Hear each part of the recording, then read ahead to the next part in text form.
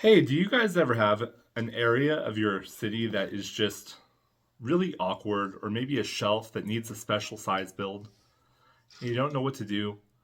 I come across that a lot. And so, what I've decided to do is sit down and take these two Lego 3-in-1 sets that I got on sale around Christmas. And instead of building the house, building a duplex that I can stick in the city that will fit in this really awkward spot I have. Let me show you how I did it, and maybe you can get some ideas of how you can maximize some areas in your city as well. Here's what I was able to come up with by using two of the Creator 3-in-1 sets. I was able to build this duplex, and in order to kind of use all of the color pieces, I went through and kind of drew an imaginary line down the middle of this duplex as I was building, having one side be yellows and oranges, and the other sides being using the blue and the teal color, so that it looks like two different houses. And of course, I used two different types of doors for the front entry, and gave them different looking mailboxes. This was a really fun mashup, trying to build something that would fit in my city in a really unique spot. I have a section of the city along the railroad tracks that is only 16 studs deep. And so I needed to build something that would fit in a 16 stud deep area, but not detract from the main road. I didn't want it to look obviously smaller, like you see with the cafe pet shop, where it's so super thin and there's no back on any of the buildings. I want something that would fit in the modular landscape with the shallower footprint. We'll start from the top and work our way down. The roof pieces are built using a combination of techniques, using shields with clips to secure it, very similar to the way that the blacksmith shop is set up. On the flip side, I used the tiles because this set came with a ton of tiles. And so I used the tiles just like Rivendell, doing a pattern, because there weren't quite enough tiles to do the entire face of each side of the roof. I gave each side a slightly different pattern, utilizing the tiles I had. So it looks kind of like a weathered roof, like it's not perfectly built. Inside the attic, I really kept it simple because I was trying very hard to keep only pieces that came in the two sets together. I used these bricks, which were the only gray bricks that came in the set, to be able to build enough of a foundation to hold the roof. And then the front, the face of the building, built a bar with hooks.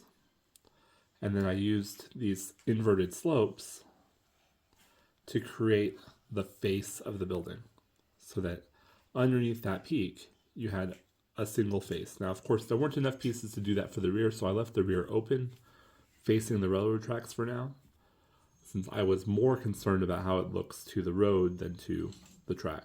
For the upper deck, I made a removable area here for the main wall, so that the roof could be held on securely and allow for both bedrooms.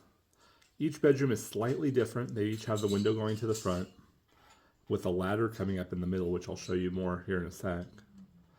And they each have the bed, but of course different colors because of the different bricks available. On this side, I did a more open patio with the rail along the front, and I used plates and bricks along the top to give it just an open outdoor patio. And on the other side, I brought the bricks down along the roof line using these 1x2 slopes that I had left over from the build. Put the rail along the outside and built a chair, and so that this area was a nice, a little semi-private balcony up on the second floor. For each area, I also made their own custom furniture. You can see that custom chair on this side is slightly lower with a back, where the other side I used a tile back that sits much higher. That way it looks like it's two different homes. They're each using their own furniture, they each have their own feel to it. It's not like you're living in a carbon copy duplex or a robotic apartment complex. So as you come back around to the front facade, I used the plants going up, and this piece here snaps on to help kind of tie the two pieces together. But when you go to remove it, as like a modular, the top will just snap right off and be removable as its very own standalone building, which makes it really easy to work with, just like any of the other Lego modulars that you see. For the main floor, each side again was made kind of custom. We did custom furniture, having kind of an overstuffed chair on the left side, and then it has a table with 2 seats and place for dishes, and then the shelf up here that has dishes, and down underneath there you can see is like an oven with a sink and a place to hang a pot above the sink, and then that ladder to take you up to the second floor. We did, again, that table with 2 chairs, and then more of a traditional chair that she's sitting in here with a low back, and that way you can see that the kitchen's about the same as well. Yeah, each of these sides was a nice cozy little apartment, allowing for a slightly different feel when you look at this duplex. And when you come around the front, to show you some of the detail, we used the snake pieces and the camera piece to make a little guardrail thing around a garden up against the building. And then this kind of worn dirt path along the front. Now, unfortunately, where I'm putting it right now, it's going to be a little bit more urban, so the path may not look as well. My goal originally was to put this off toward the end of the street, so it looked like the sidewalk just kind of ended where they live. This really was a fun build to create a mini modular that will fit in my city, and it will allow me, as I continue to expand, to have an apartment that will also fit in the suburbs. As you can see, this area here, all the buildings on this side need to be just 16 deep.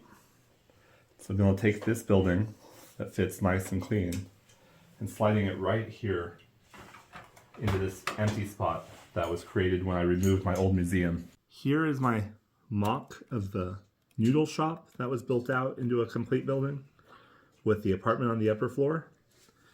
And then you come down here to the design that the Lego has created with the pet shop and coffee shop, as well as a little apartment building. And then come over here to see the street view of the duplex. Well, I hope you enjoyed this build, and I hope it gives you some ideas of how you can help fill in some of those more awkward spaces in your city.